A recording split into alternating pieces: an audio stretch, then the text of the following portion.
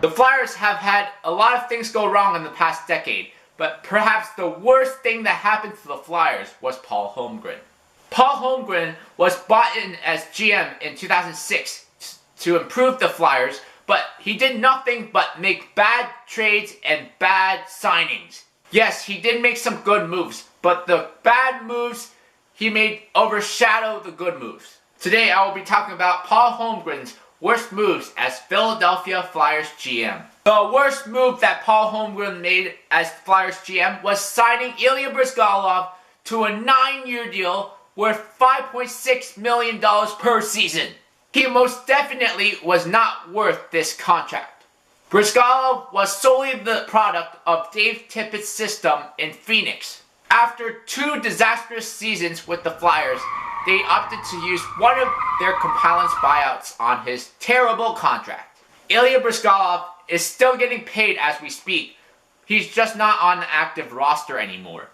Another bad signing that Paul Holmgren made was signing Vincent Lecavalier to a 4-year deal worth $4.5 million per season. I'm not sure why the Flyers decided to sign Lecavalier after Lecavalier got bought out by Tampa Bay from his previous contract. Like Bryzgalov, Lecavalier turned out to be more of a liability than help to his team. What's interesting is Lecavalier actually kind of revitalized his career with the LA Kings after he got traded from the Flyers.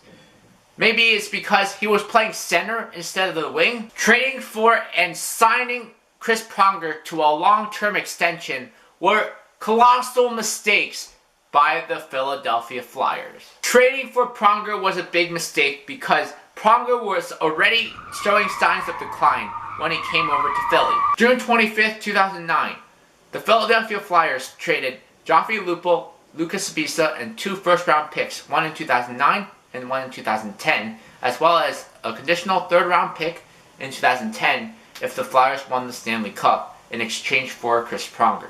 The Flyers then signed Chris Pronger to a 7-year extension. The problem with this extension was that it was a 35-plus contract, meaning if he retired, they could not get rid of the contract unless they were to trade him. This deal was definitely a huge risk for the Flyers, and they paid tremendously for it. Pronger has not played a game since November of 2011, and he's right now considered retired. Pronger was placed on long-term IR for more than 3 years before finally this year he got traded to the Arizona Coyotes. All 3 of these contracts, the Pronger, the Lecavalier, and Bryzgalov contracts, were huge risks and massive disappointments for the Flyers, to say the least. One of the worst trades in the modern NHL era was trading JVR for Luke Schenn.